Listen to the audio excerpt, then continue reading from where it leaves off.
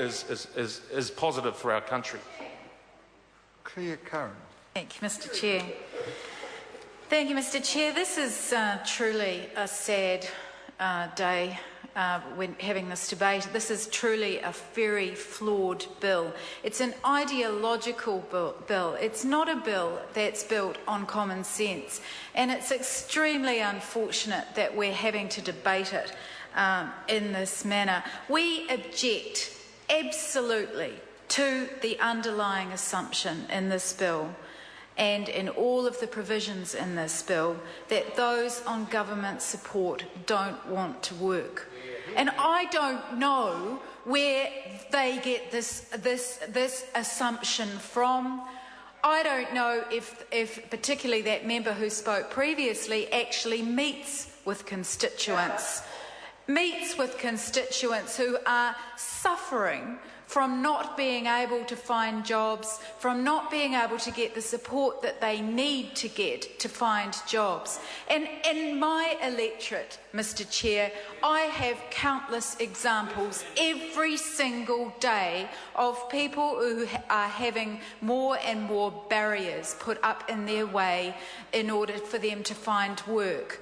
Particularly, Mr. Chair, I want to mention and reiterate what my colleague William CO said before around people with disabilities. I recently had 10 people sitting around in my office, around a table in my office, people with disabilities, telling me about the barriers that are being put in their way to being able to find jobs. They can't even get to the point where they get an interview, Mr. Chair, because of the barriers that are there, because this government has taken away the mainstream funding that was providing support for them.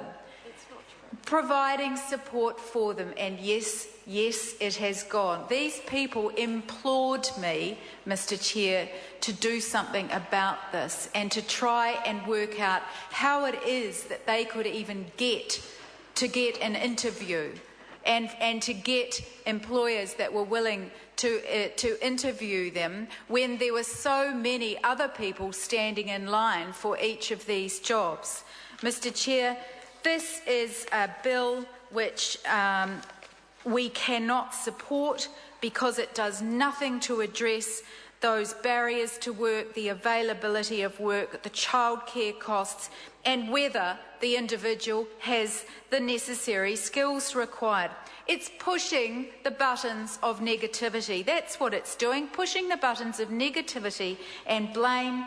It's targeting and demonising good people in our community who want to work and who can't find work. They're punishing the most vulnerable members of our society for their own lack of ability to improve the economy. As I said, my office is overwhelmed by increasing numbers of needy constituents who seek help to simply access their entitlements under our current social security regime, and those barriers are just making it harder for them to move out of the poverty cycle because there's no carrot in this bill. It's like using the stick when a person's already cornered.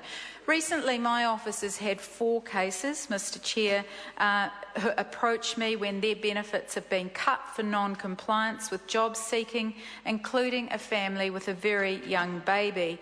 These are people who find it difficult to regularly report their situation to their case manager. To state, for instance, the jobs that they've applied for or that they've moved, and they're getting into difficulty with these things. These are the ones who have already been let down by our education system and who are having difficulties with the regime that's providing more barriers for them. These are the people that social welfare was designed to support into a better situation, not to penalise for their lack of skills. And I don't think that any side of this House will try to convince you, Mr Chair, that we do not need to decrease the number of people who are reliant on state support. But what we do disagree on is how we go about achieving this. And this government is playing into the stereotypes of bludgeoning, of putting everybody into the same basket, of creating a sanctions-based framework. Mr Chair. Mojo Mathers. Mr Chair.